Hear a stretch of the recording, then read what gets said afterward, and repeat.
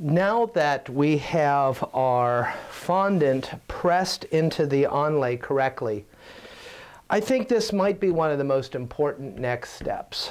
And I want to say something to all of you out there. I don't know why in the industry some great cake decorators and teachers have kind of miscommunicated the next step that I'm going to share with you. There is instruction out there that is advocating and suggesting that at this point you start to remove the sections in the onlay pattern that you don't want to apply to the cake. But really, the next step is to take some type of an edible glue. Now, I recommend that you could make a very effective glue with 3 parts of corn syrup or glucose and 1 part of water. It's extraordinarily tacky, very, very sticky. There are glue mixtures. People will take Tylose and mix it with water. And what you should do when evaluating an adhesive is to put it between your finger and thumb and just work it. It should become sticky, kind of uncomfortable. That's a good glue. But if it feels like a lubricant, okay, if it's very, very slimy, that's not going to work for you. So one of the glues that I recommend is 3 parts of corn syrup and 1 part of water. And I am going to apply the glue right now, okay? So this kind of goes against what seems to be the proper step.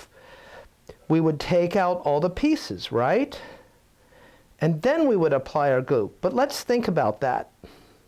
If I were to take out, let's say, all these centers, these little lantern-shaped centers, I would be left with a very thin lattice.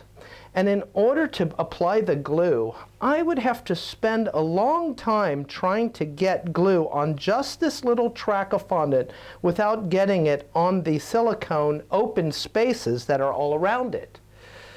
Another thing that you should know is, well, think of this. Have you ever been working with like maybe a knife or some kind of a tool with fondant, and you'll get a buildup on the edge? It always happens, and it's kind of the nature of fondant and other materials that we work with. And that's because there's a lot of sugar, it's very crystalline, and it's kind of half moist. And so every layer of that is going to dry into some kind of a crusty thing that dulls your blades. Well, you know what? That happens to silicone or any blade. And as I push the fondant over this blade, there's little sugar bridges that you won't be able to see them, but they're strong enough just to get in your way when you're trying to remove the pieces that you don't want. So the application of an adhesive provides the moisture that enables you to remove these pieces very quick and cleanly without grabbing the portion of the fondant that you want to remain in the onlay. The first thing I'm going to do is I'm going to remove the excess, and I'm just going to take that off. Now, you have 2 choices here. I can remove the centers, these lantern-shaped designs, and I will be left with a beautiful Moroccan lattice pattern. But if you want, you could remove the lattice and have these centers remain in the onlay, and that would create an application on a cake of equidistant lantern-shaped decorations on your cake. And the actual space in between those solid pieces will be a lattice. Some strategies that I've seen are some people, if they have a multi-tiered wedding cake, they'll put the lattice on one tier, and then they'll put the centers on the next tier. And it really, really gives you some variety that people especially appreciate. So let's talk about removing what we don't want. Most people like to see the lattice on the cake, so we're going to remove the centers, okay? Now, take something like this plastic needle tool that I have. Don't take an X-Acto knife or something really, really sharp. And imagine a plane that's coming in and then taking off. You don't want to come straight down into it. You want to come like a plane landing on a runway and then taking off again, all right? Of course, we don't have to do it that exaggerated. It looks like this. Now watch how nice that removes, okay? I've seen so many people struggling with onlays because they didn't apply the glue when they should have, which helps them remove these centers. You should be able to just move just like that and remove this deck of cards, and I'm just going to put it with the rest of my fondant scrap right here, okay?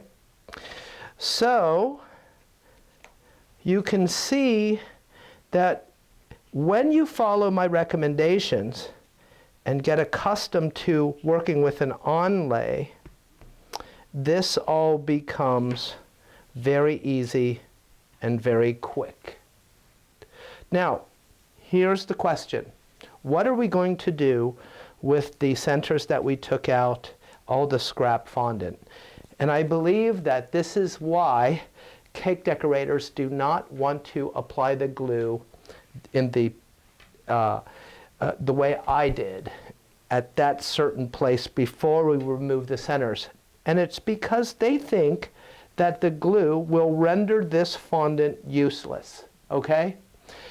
Look on any label for fondant, and you're going to find water, you're going to find corn syrup, and you're going to find just about any ingredient that you would use to make glue. So all you're doing is giving this tired fondant a drink, okay? Simply work it back in. You're not going to have to throw it away. You're not ruining anything. I have perfectly usable fondant that I can incorporate into my batch and use it over and over again. So I actually think that it is a cake decorator subconsciously thinking that, gee, if I put the glue on and I take those pieces out, I'm going to render the fondant, I'm going to have to throw it away. And that's simply not the case. So make sure that you take advantage of gluing at the proper time so that you can remove the centers, the pieces you don't want on the cake very quickly and perfectly.